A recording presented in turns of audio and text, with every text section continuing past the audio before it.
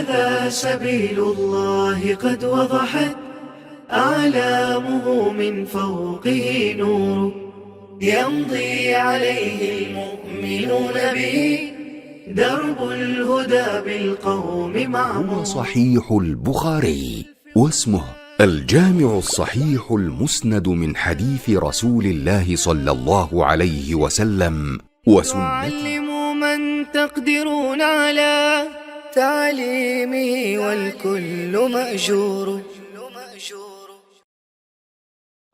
بسم اللہ الرحمن الرحیم.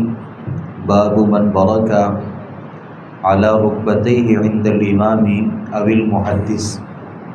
باب ہے جو کسی امام یا محدث کے پاس اپنے دونوں گھٹنوں کے بل بیٹھے.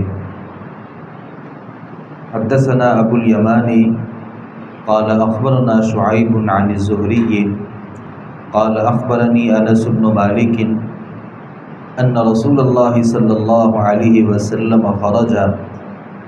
انس بن مالک رضی اللہ عنہ کہتے ہیں کہ رسول اللہ صلی اللہ علیہ وسلم باہر نکلے. فقام عبداللہ بن حذافہ، عبداللہ بن حذافہ کھڑے ہوئے. فقال، کہا، من ابی، میرا باپ کون ہے؟ آپ نے فرمایا ابو کا حذافہ، آپ کا باپ حذافہ ہے. ثم قال ثم اکثر ان یقول سلونی، پھر آپ صلی اللہ علیہ وسلم نے بہت دفعہ فرمایا مجھ سے سوال کرو. فبرک عمر علی رکبتیہ، تو عمر رضی اللہ عنہ اپنے دونوں گھٹنوں پر بیٹھ گئے. فقال، کہنے لگے، رضینا باللہ ربا، ہم اللہ کے رب ہونے پر خوش ہیں. وبالاسلام دینا، اور اسلام کے دین ہونے پر خوش ہیں.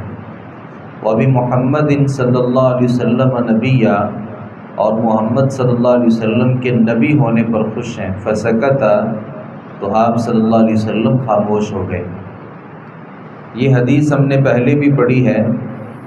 امام بخاری رحمۃ اللہ علیہ نے یہاں باب ذکر کیا کہ امام، محدث اور استاذ جب اس کے سامنے بیٹھنا ہو تو بیٹھنے میں دونوں گھٹنوں کے بل، یہ جو طریقہ ہے سیکھنے کا، یہ سب سے بہتر طریقہ ہے. اور امام کے سامنے اور محدث یا استاذ کے سامنے جب بھی بیٹھا جائے تو اس بیٹھنے میں عاجزی ہونی چاہیے، انکساری ہونی چاہیے، اور معلوم ہونا چاہیے کہ استاذ اور شاگرد، امام اور محدث اور عام جو سوال کرنے والا ہے، دونوں کے درمیان فرق کیا ہے.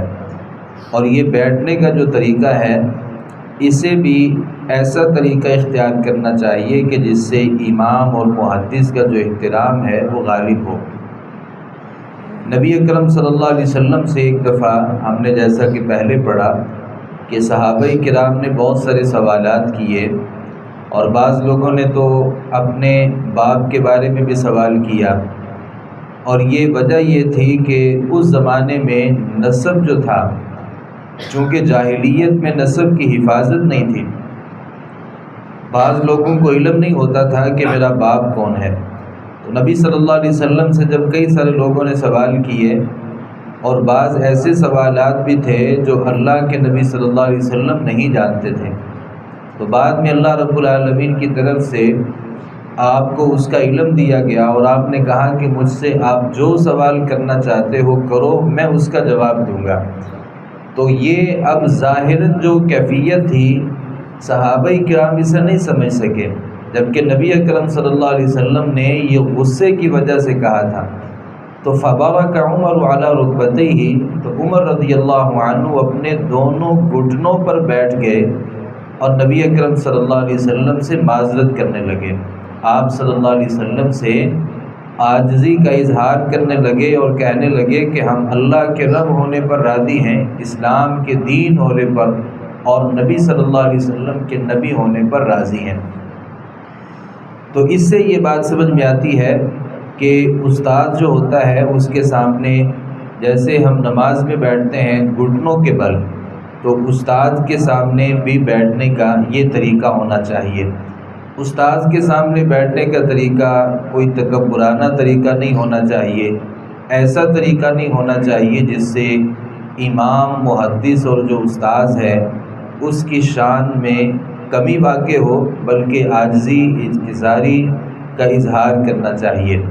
عمر رضی اللہ عنہ کے یہ کلمات کہنے کی وجہ سے رسول اللہ صلی اللہ علیہ وسلم کو جو لوگوں کے سوالات سے تکلیف پہنچی تھی، جو ایذا پہنچی تھی، عمر رضی اللہ عنہ نے اس لیے نبی صلی اللہ علیہ وسلم سے معذرت کی، کیونکہ قرآن یہ کہتا ہے ان الذین یؤذون اللہ ورسولہ لعنہم اللہ فی الدنیا والآخرہ، جو بھی اللہ اور اس کے رسول کو تکلیف دے گا اللہ رب العالمین کی دنیا میں بھی ان کے لیے لعنت ہے، آخرت میں بھی ان کے لیے لعنت ہے۔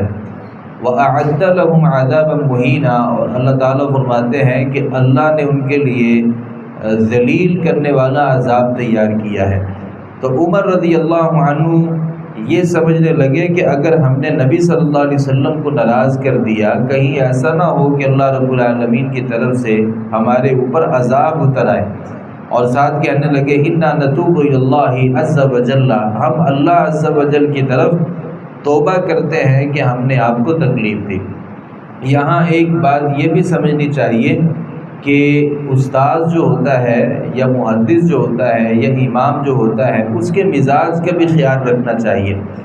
بعض لوگوں کو اس بات سے کوئی فکر نہیں ہوتی، وہ ہر وقت سوال کرنا اپنا حق سمجھتے ہیں اور ہر موقع پر سوال کرنا اپنا حق سمجھتے ہیں۔ وہ اس بات کو بھی نہیں دیکھتے کہ سوال جس سے کیا جا رہا ہے وہ جواب دینے کے موڈ میں ہے بھی کہ ابھی اس کا دل نہیں کر رہا، یا اس کی طبیعت اس کے موافق ہے یا موافق نہیں ہے، ہر صورت سوال کیے جاتے ہیں۔ عمر رضی اللہ عنہ کو اللہ تعالیٰ نے بڑی فراست دی تھی، آپ سمجھ گئے جبکہ صحابہ نہیں سمجھ رہے تھے، تو عمر رضی اللہ عنہ اس بات کو سمجھ گئے کہ نبی اکرم صلی اللہ علیہ وسلم ہمارے ان سوالوں کی وجہ سے ناراض ہو رہے ہیں، تو یہ جو استاد اور محدث یا امام جو ہوتا ہے اس کے مزاج کا خیال رکھنا بھی ضروری ہوتا ہے۔ اللہ تعالیٰ سے دعا ہے صحیح معنوں میں حدیث کو سمجھنے، اس پر عمل پیرا ہونے کی توفیق عطا فرمائے۔ وما علینا الا البلاغ المبین۔